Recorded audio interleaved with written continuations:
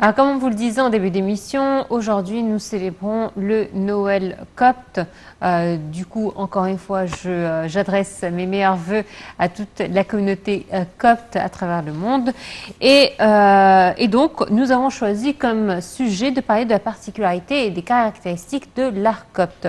Alors, c'est au IVe siècle après Jésus-Christ que l'Église d'Égypte connaît son apogée. La diffusion du christianisme à partir de 313 favorise la création d'un art chrétien égyptien, l'art copte, qui désigne ainsi l'ensemble de la production artistique réalisée par les chrétiens d'Orient, en particulier d'Égypte. Et donc nous a rejoint donc par téléphone notre guide touristique, Madame Magda, bonjour. Bonjour, je suis Manal Mourad. Ah, Madame Mourad, oui, et bonjour. Je suis guide touristique, francophone. Oui. Enchantée, madame. Et bonne fête à tout le monde.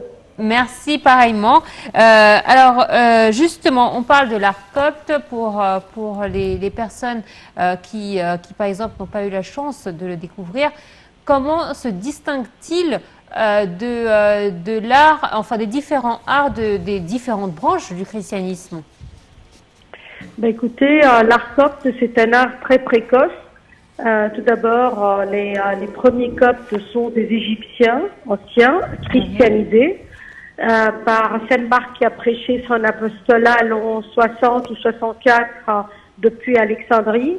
Donc on ne peut pas nier des millénaires et des millénaires qui coulaient dans leur sang. Ils étaient baignés dans les temples, ils fréquentaient les bas-reliefs égyptiens, etc.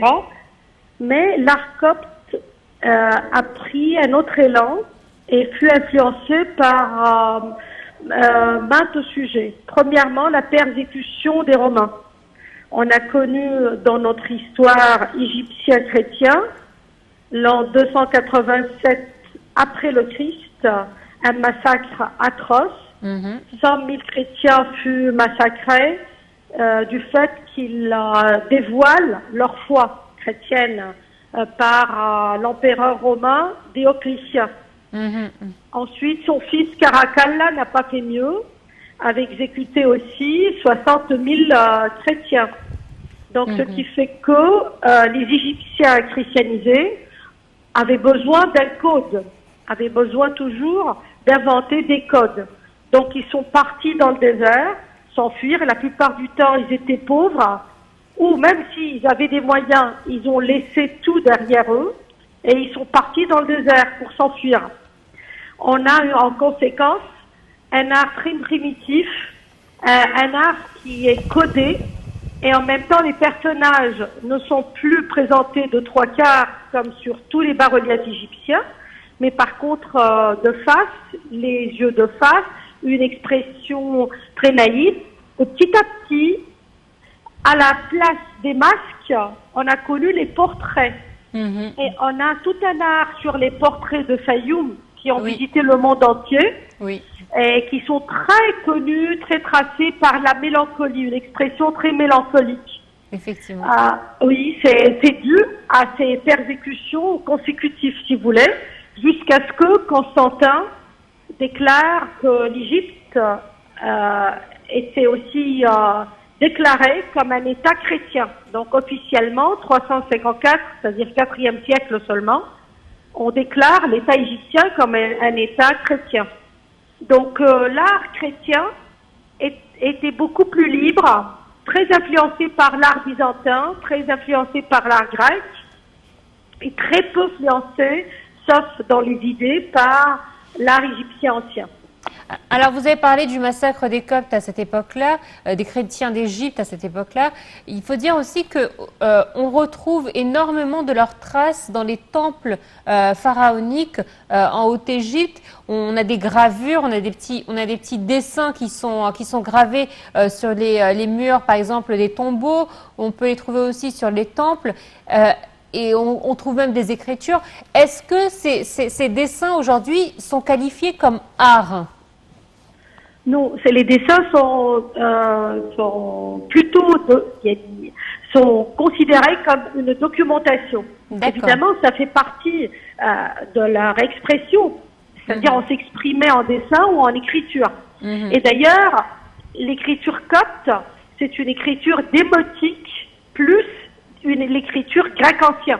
Donc le grec ancien fut imposé à l'époque ptolémaïque gréco-romain, c'est-à-dire depuis les premiers Ptolémées, Alexandre le Grand, 332 avant Jésus-Christ. Donc lorsque le christianisme a apparu, déjà les Égyptiens étaient obligés de parler grec et d'écrire grec. Eux qui parlaient la langue du peuple, la langue démotique, qui est une descendante de l'écriture hiéroglyphe, donc ils ont amalgamé les deux pour former l'écriture copte. Et grâce à cette écriture-là, que Champollion, en 1822, a pu déchiffrer le hiéroglyphe. C'est-à-dire, c'était la clé. Il était obligé d'apprendre le copte pour comprendre le démotique et pour lire le démotique. Et lui qui connaissait le grec ancien, il a pu lancer sa découverte du hiéroglyphe. Ça, c'est un autre sujet, on peut s'en occuper une autre fois. Mais revenons à votre question, toutes les écritures coptes dans les tombeaux, dans les temples, ce sont des documentations fort importantes qui décrivent comment ils s'évadaient dans les temples, comment ils se cachaient dans les temples qui étaient délaissés à un moment donné, donc remplis tantôt par le sable ou bien vraiment délaissés, donc abandonnés. Les temples égyptiens qui étaient la lumière de la science dans l'Égypte pharaonique fut délaissé avec cette première religion et l'occupation romaine donc qui ont pris le pas sur l'Égypte de l'Antiquité. Oui. Madame Manal, bonjour. Bonjour monsieur, comment allez-vous? Merci, bonne année à vous. Et si on parle également de l'architecture copte, on parle d'un développement de l'architecture copte sur certainement les monuments coptes. Comment voyez-vous cela? Je ne sais pas qu'est-ce que vous entendez par le développement, parce que l'art copte est considéré jusqu'aujourd'hui comme un recul par rapport à l'art égyptien ancien. C'est vrai qu'il y avait une influence byzantine et grecque, comme je viens de dire. Donc on a les chapiteaux corinthiennes qui commencent d'apparaître, les petites chapelles. Il n'y a pas vraiment un art, mais on a un peuple qui s'évade dans les catacombes, qui occupe les temples délaissés dans le désert, occupe les cryptes des temples romains pour se cacher et nous laisser des écritures, une déclaration de leur foi, etc. Oui, donc, il faut noter, par exemple, je parle de l'aube du christianisme. Et plus tard, tout de suite, l'art copte a cédé le pas à l'art byzantin. Et puis, il y a eu l'occupation de Amrou vers 622 après le Christ. Et puis, il y a une transformation vers l'art arabesque, l'art islamique. Parfait. Mais par exemple, pour noter, on a quand même quelques églises qui manifestent l'art glorieux copte, mais c'est un peu tardif. C'est-à-dire la Muallaka, l'église suspendue par exemple, fut un temple romain et qui était converti à une église copte. Mais en termes architectural, c'est l'église qui a occupé le temple et ensuite a embelli ce temple par les icônes. Donc, un des témoignages fabuleux de l'art copte, si vous voulez, fut les icônes et qui ont remplacé les masques. Donc, vous avez l'église copte, par exemple, la Muallaka, qui est connue au nom aussi de l'église à 110 icônes. Et elle s'appelle la suspendue parce qu'elle n'a pas de fondation. Elle était construite sur la forteresse. Donc, si je parle de la construction elle-même, c'était un temple romain. Mais la décoration était améliorée au fur et à mesure des siècles. Depuis le IIIe siècle jusqu'au XXe siècle, on n'a pas arrêté de restaurer, d'embellir, etc. Passant par le Xe siècle, qui était vraiment un témoignage d'un mariage extraordinaire avec l'art fatimide. Alors justement, puisque vous avez parlé de l'église suspendue, il faut donc bien évidemment parler du complexe religieux qui se trouve, où se trouve cette église. Et là, on a vraiment un panorama des différentes branches à peu près du christianisme. Et l'art copte est mis en valeur dans cette zone-là. C'est vrai, vous avez raison. Vous parlez de cette église ou vous parlez du quartier? Du quartier lui-même, puisqu'on a différentes Le églises avec quartier, des différentes il est fabuleux. formes. Vous savez, on a une chance inouïe, nous les Égyptiens, parce qu'on a traversé des millénaires et des millénaires de civilisation et d'art différents. Et dans cet ancien phostate, qui est connu aujourd'hui au nom du Vieux-Cœur, nous avons la plus ancienne église, l'église Saint-Serge, et elle était nommée au nom d'un martyr romain, Saint-Serge, dédié toujours à la Vierge Marie, qui est magnifique, qui est construite en briques alternées par du bois, et le bois est pétrifié, avec les iconostases très reconnues de l'art copte dans les églises, c'est-à-dire portes qui portent les icônes. Vous avez l'église suspendue, la Moallaka. Vous avez la synagogue de Ben Ezra qui date du 9e siècle. Vous avez la plus ancienne mosquée, la première d'ailleurs en Égypte, celle de Amrou, 7e siècle de notre ère. Donc c'est vraiment un quartier qui embrasse les trois cultes. Les trois cultes et aussi on a différentes sortes d'art chrétien aussi dans ce quartier. Évidemment, vous avez aussi l'église Saint-Georges avec la doctrine gréco-copte, c'est-à-dire orthodoxe, ce qu'on appelle grec-orthodoxe. Vous avez aussi beaucoup d'églises et des chapelles dédiées au culte catholique, mais qui sont peu connues parce que les gens, quand ils s'adressent à ce quartier, ils vont visiter les églises anciennes avec leurs icônes, avec les reliques, avec les cryptes, l'histoire de refuge de la famille de la Vierge Marie avec son petit Jésus et Joseph, etc. Donc ce quartier quand même commémore l'arrivée de la Sainte Famille. Alors là, on a parlé de l'art copte qui est très apparent dans les églises. Rien que l'église copte se distingue des autres églises, puisque quand on va en Europe, nous n'avons pas la même architecture. Ça frappe l'œil. Mais moi, il y a un site vraiment qui m'a frappé de par son art. C'est le cimetière de Bagawat qui se trouve à l'oasis de Kharga dans la Nouvelle-Vallée. Oui. Là, on est dans un autre univers et vraiment l'art copte est à son sommet sur ce site. Oui, vous avez raison.